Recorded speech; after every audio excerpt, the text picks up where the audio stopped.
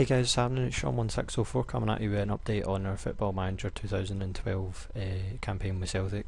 I'm not going to lie, I know it's been a long time, and people that were watching the videos may have stopped watching, I don't know, but I thought I would post any because I've still been getting the odd subscriber, and I started playing it again because I've had the time to do it. I just didn't have the time to do it for a long while, so I thought I would post an update.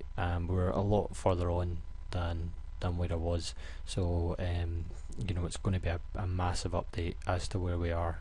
It's not going to be monthly updates, I just don't have the time, although I am now going to be playing it on a laptop, so I may have a chance to do more videos. I don't yet know how it's going to work out, but I thought since the season that we were recording had come to an end, then I might as well post an update to show you guys where I was, because to be honest it's been a pretty successful season.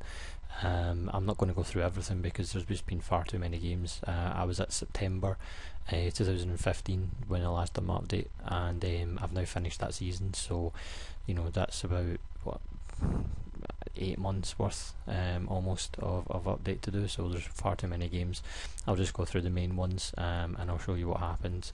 First thing we'll go through, which I always like to do, is the league. I'm not going to go through all the league games because there's been far too many, but I'll go through the result of the league table. So I'll just jump onto that screen just now. Okay, so here's how the league ended up. By far, cakewalk. The league wasn't even close to being anything really. Won by 31 points. So, but yeah, anyway, Rangers just about holding on to second place. They were struggling at a couple of points in the season, but they managed to hold on. Plus 93 goal difference. Only lost 2 games, to be honest with them. One of them was when I had a full under 19s team out, so they lost to Hibs, I think 3-0. So that was kind of expected. A few funny things: St Johnstone finished on 50 points, Inverness finished on 58, but because of the split, St Johnstone finished 6th. That's just a stupid thing, but there you go. Ross County, who I think got promoted last season, got relegated. I'm not sure if they got promoted. I know they got promoted 2 seasons ago, so 3 seasons ago. So they've been in the league for a while. Actually, now they've been relegated. I'm not even looking to see who's coming up next season. To be honest with you, I'm not really bothered because the league's not really a big thing for us anymore. We're far too far ahead of anyone. Hearts, Hibs and Motherwell. Motherwell are now the second favourite team to win the league this coming season, so it shows you that they're spending a lot of money and they've got a few good players in. But yeah, so that's how the league ended up. I'll jump on to the cup games now. I'll show you the actual results from a few of the cup games hopefully, and we can go through that. Okay, this is how the Champions Cup, or the Champions League as it is properly known. This is how that ended up. The results in the group ended up like this. I think I got to beating CSK Moscow 4-0. I think that was the last one we got to. So I beat Bayern at home 4-1, which is a good result, but I lost them 2-1 away. I'm about to show you how I'm a wee bit upset with the way the group finished, but I drew 1-0 at home with Olympic Marseille, which was a pretty good result, and then I lost 1-0 away to CSK Moscow. After beating them 4-0 at home, that really cost me. I'm not sure how I'm going to go into the group. Let's see if I can try and find the group.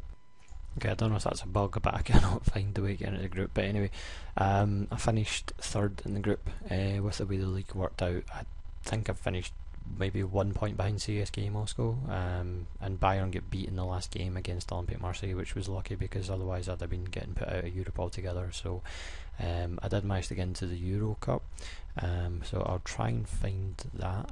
Again, I'm struggling because the filters aren't really working very well and stuff like that, so I'll try and find that, but I'll go through the Euro Cup if I can find it in a wee sec. Okay, so this is the only way I can find the Euro Cup to do the result. I think it's because I went on to do next season. I don't know, it's awkward. But anyway, so I drew against Palermo, which was an okay draw.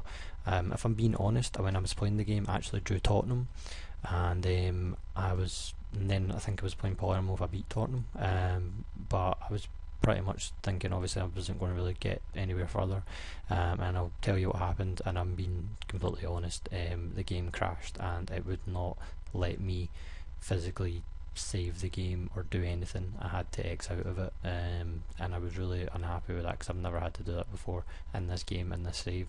So I was a wee bit peeved about that. I came back in and done the draw and got Palermo, and I thought, well, Palermo are a good team. I'll run with that and we'll see how we go. So I managed to beat Palermo.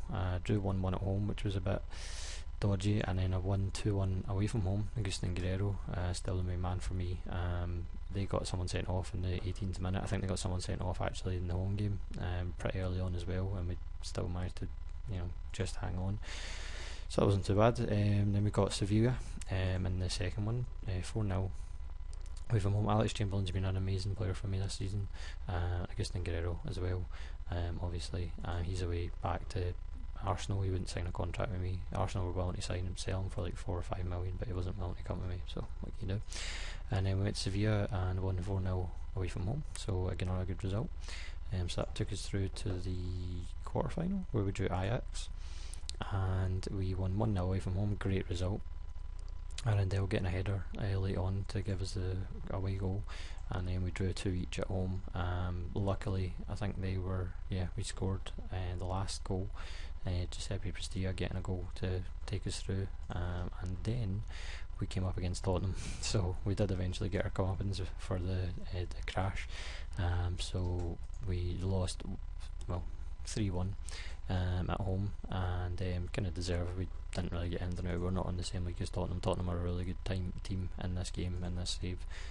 Get Edin Dzeko, who's amazing, obviously Gareth Bale.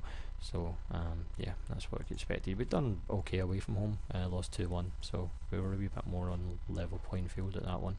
So that was our European adventures. We got to semi-final, so we're getting better. We could have went through in the Champions Cup again to the next phase, but just a few unlucky results, and that's what happens. We'll jump into the divisional, and what am I trying to say? The home cups, the Scottish Cup and the League Cup. We'll go through them now. I couldn't get a word out there, so we'll go into them. Okay, so this was the League Cup. So this was, I think, the 4th or 5th time we've won this in a row. I'm not really sure what, but I think it's the 4th time in a row we've won this. So I'm not going to go through the results. The first game, obviously, it was a weakened team we put out. Still managed to win 4-0, 3-0, 4-1, and then in the final, an easy game, 3-0 at St Johnstone. So nothing really to go over there. The home cups are pretty much, we should be winning these now. It's really Europe that we're looking at, because the team's too strong for the domestic competitions. That's the word I was looking for. Domestic competitions, it's far too strong for that. So it's really Europe we're looking at. The domestic cups, including the league, are just easily now. It's really building for Europe that we're trying to do. So this was the Scottish Cup. So this was for the treble, and we obviously managed to do the treble again. I think that's 2 years in a row we've won the treble now. So highlight there obviously is the 9-0 at Dunfermline. Lallana's came on, a really good player, brought him in as a kind of backup. Johan Muller got injured, so he was obviously a big player for us, so Adam Lallana came in and he's played well, and obviously so is Chamberlain. But Adam Lallana there getting 5 goals in that game, so really good. And then the final, again, pretty easy. You can see down here if you want to look, 21 shots and 7 on target, they had 3 and none, so it was a lot more one-sided than the score kind of suggests, but we managed to win that 2-0, so that was good. So in the end, we managed to get a treble again, which I was really happy with. One thing I will just quickly show while I'm here anyway is the achievement for Agustin Guerrero. If I can find where's the biography? There it is. He won the European Golden Boot, which was pretty amazing. I thought anyway. It even showed on the thing he had to score more goals in his competition, because he's in a worse league obviously, because we're in the Scottish League, so he had to score more goals, 39 goals and 27 appearances in the league, and he smashed it, so I'm amazingly happy with that. I think that's absolutely amazing. It just shows you how good he is. No one's come in for him yet, because I've got a £20 million price tag on him, so no one's come in for him yet, but I'm assuming someone may bid for him at some point. He's a really good player. In history now, that's obviously 29 goals in 27 games, 39 sorry, which was the league record, 24 last season, so hopefully it's just going on and improving. Overall goals, he was even even better than that. I don't really know how to get into the stats for the previous season. Let's have a look. No, I can't get into it, but he scored about 60 goals, I think, overall, so it shows you how good a player he is. Last thing really we need to go over then is the transfers, which will just be a quick one. Nothing really major's happened, but I'll go over them anyway so we can see them, and that's kind of us caught up then. Okay, so I'm not really sure where we were, if I'm being honest, last season.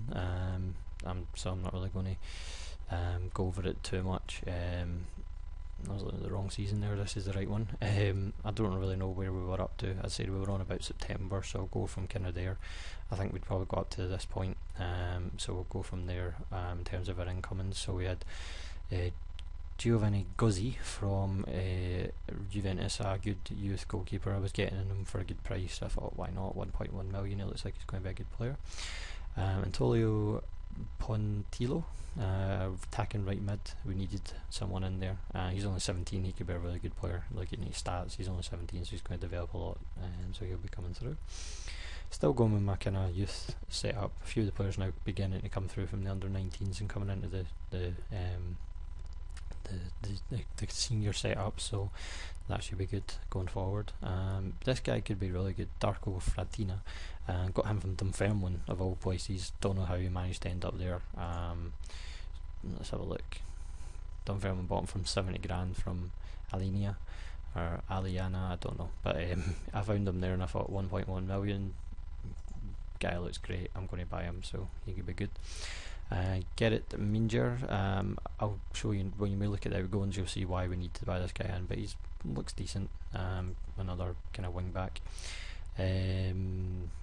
Christian Rosette, I wanted someone who was a bit older, a bit more experienced. He only plays defensive mid. I'm trying to train him to play in the middle of the park as well, but 2.2 million, I had the money, so I thought, we'll get some experience in. I'm not even going to show Adolfo Moreno. I got him in on loan just for the hell of it, but he didn't really play, so I'm not really going to bother showing him.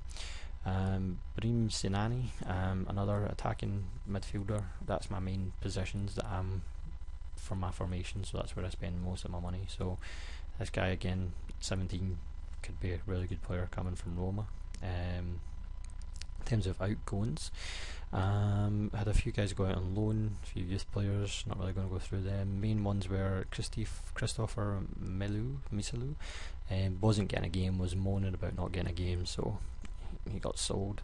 Birim Kayal, I got 4 million. I wasn't going to pay his wages. He was wanting to go up to about 50 grand. I probably could have got him for Betis got him for 47 grand a week, but I didn't feel like paying the money for him, and I had other players coming through. Good servant to the club, to be fair, but he just had to go. I got who else? Gary Armstrong went on loan for 220 grand, which was a good bit of business. He's a good youth player, but I got him out on loan and got some money in for him. Obviously he's not playing, so but he could be coming through. Scottish striker as well, which is always good. This was a big one. I didn't expect this. I'd set this guy's Dennis Apaya. If you watch my videos, you'll be able to see he's a good right back. Kind of going on in years, I got him in on a free from Monaco, because they were going down a league, so I got him in and he's played well. Played 3 seasons, played a fair few games for me, but I had his value set at about 5 million and Cardiff came in and paid 5.5, so I was like, fair enough, you're going to pay 5 million for him, and I didn't rate him at that much, so I was like, get the money in, perfect, I'll take that and see what we can get, which was why we got this Gerrit Minger here guy in. So yeah, I thought it was a good bit of business. I'm not going to go through these two. Johnny Russell went out on loan because he was moaning that he wasn't getting games, so he went out on loan for 100 grand and didn't really play, I don't think, very much with him, but there you go. So in total, this season we spent 20 million, brought in 23.5, so all in all, very financially savvy. I was quite happy with that.